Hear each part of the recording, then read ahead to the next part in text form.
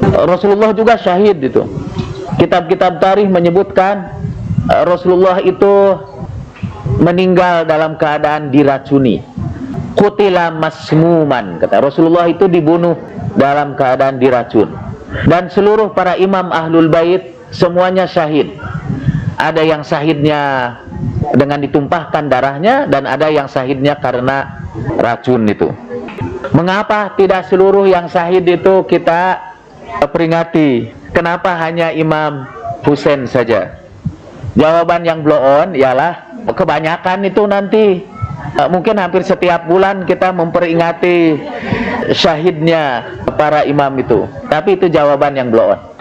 Jawaban yang rada pinter ialah karena syahidnya Imam Husain itu mempunyai makna yang sangat istimewa di dalam sejarah Islam.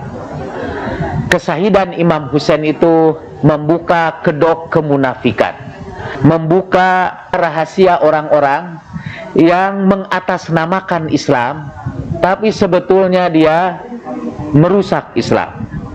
Itu yang membunuh Imam Husain itu orang Islam juga, pengikut Rasulullah Sallallahu Alaihi Wasallam juga, yang sholat, saum juga, yang di dalam Al-Quran disebut mukminin juga. Tetapi dengan tindakannya yang drastis menghukum Imam Husain, jelaslah bagi kita pelajarannya yang berharga di situ. Itu karena itu kita peringati. Sebab kalau syahidnya Rasulullah Sallallahu Alaihi Wasallam, meninggalnya Rasulullah, dalam hal kesahidannya saja masih ada perdebatan di kalangan orang Islam itu. Sebagian itu Rasulullah meninggal biasa saja, ndak kena racun. Karena kalau Rasulullah kena racun, nanti ada pertanyaan berikutnya, siapa yang meracuni Rasulullah? Dan itu bisa kepanjangan. Kenapa meninggalnya Imam Hasan juga tidak diperingati? Karena Imam Hasan meninggal sebetulnya tanpa membuat garis pemisah. Imam Hasan itu meninggal diracun, dan yang meracuninya adalah istrinya sendiri. Istrinya itu tidak mewakili satu kelompok Islam, tidak mewakili satu kelompok mukminin yang mengatasnamakan Islam. Seperti yang membunuh Imam Husain, itu mewakili kelompok muslim. Sesudah Imam Hasan kan Imam Husain, jadi udah nyampe. Yang lain-lainnya ke situ itu karena racun dan tidak menjadi sebuah peristiwa yang sangat dramatis seperti kematian Imam Husain. Dalam hadis itu disebutkan, man ro'a sultanan jairan, barang siapa yang melihat penguasa yang zalim. Dulu yang disebut penguasa itu satu orang, sultan itu satu, karena dulu tidak ada pembagian kekuasaan. Sekarang itu yang disebut sultan itu semua itu, karena kekuasaan itu dibagi tiga katanya sekarang, kekuasaan legislatif, kekuasaan yudikatif, kekuasaan eksekutif. Itu semua sultan, itu semua kekuasaan. Kalau sekarang ini yang disebut sultan buat kita ini, yang harus kita perhatikan perilakunya, apakah dia memenuhi kualifikasi seperti disebutkan di dalam hadis itu, kualifikasi untuk kita tentang. Itu yang harus kita perhatikan. Itu satu, presiden, dia pemegang kekuasaan eksekutif. Kedua, DPR, itu juga sultan kita itu. Yang ketiga, kekuasaan kehakiman, itu juga harus kita perhatikan. Dan kalau kita perhatikan, seluruh kekuasaan itu tampaknya memenuhi syarat dalam pandangan saya. Mudah-mudahan saya salah. Lalu apa yang harus kita lakukan kalau kita sudah menyimpulkan seperti itu? Kita bisa pilih dua pilihan kan tadi. Satu, man qada nahbah, dia loncat ke medan pertempuran, dia hancurkan itu. Itu ada syaratnya kalau kita memiliki kekuatan yang memadai. Kita disuruh berpikir agak logis. Kalau modal kita cuma pisau dapur, janganlah coba-coba memenuhi bagian ini. Kita ikut yang kedua saja. Wa minhum man yantazir, dan di antara mereka ada yang menunggu. Kita termasuk yang menunggu.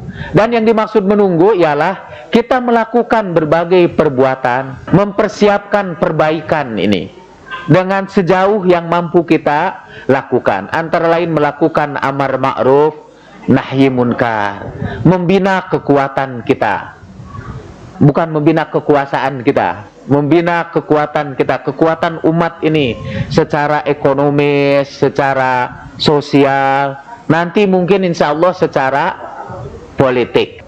Karena itu Hijabi kita ini memulai programnya dengan memberdayakan umat itu. Ya, itu mungkin a small step, itu sebuah langkah kecil saja yang kita lakukan. Yang pertama, yang memberi syafaat kepada umat manusia lah, itu adalah para nabi. Dan penghulu dari semua pemberi syafaat itu di antara para nabi adalah Rasulullah Shallallahu Alaihi Wasallam. Tapi yang memberi syafaat itu bukan hanya para nabi, juga para syuhada. Di dalam hadis disebutkan orang yang mati syahid itu diberikan wewenang untuk memberi syafaat kepada 70 orang di antara keluarganya. Dia bisa memberikan syafaat. Kemudian para aulia Allah, para imam juga dapat memberi syafaat. Karena itu dalam doa tawasul kita mengucapkan ya wajihan indallah isfa'lana indallah, wahai orang yang mulia di hadapan Allah, berilah kami syafaat di hadapan Allah. Kemudian setelah itu orang-orang soleh juga memberi syafaat, orang tua juga bisa memberi syafaat, anak juga bisa memberi syafaat kepada orang tuanya. Dalam doa Imam Ali Zainal Abidin, doa untuk orang tua, kan ada doa yang bunyi begini, ya Allah, sekiranya ampunanmu itu lebih dahulu datang kepada kedua orang tuaku, jadikanlah itu sebagai syafaat bagiku. Dan jika ampunanmu datang kepadaku lebih dahulu, jadikanlah ampunanku ini sebagai syafaat bagi kedua orang tuaku. Jadi itu orang tua dan anak bisa saling memberi syafaat. Guru bisa memberikan syafaat kepada murid-muridnya. Murid-muridnya juga bisa memberi syafaat kepada gurunya dengan saling mendoakan. Tentu saja tingkat syafaatnya itu berbeda-beda. Sama saja seperti Allah itu melihat, kita juga melihat. Tapi bukan berarti kita sama dengan Allah. Melihat kita berbeda dengan melihat Allah Subhanahu wa ta'ala. Kenapa Imam Ali mendiamkan saja? Karena tadi saya menangkap ada dua pertanyaan dalam benak saya. Satu, kenapa itu ketiga orang itu merampas hak Imam Ali? Atau pertanyaannya, kenapa Imam Ali membiarkan terjadinya perampasan itu?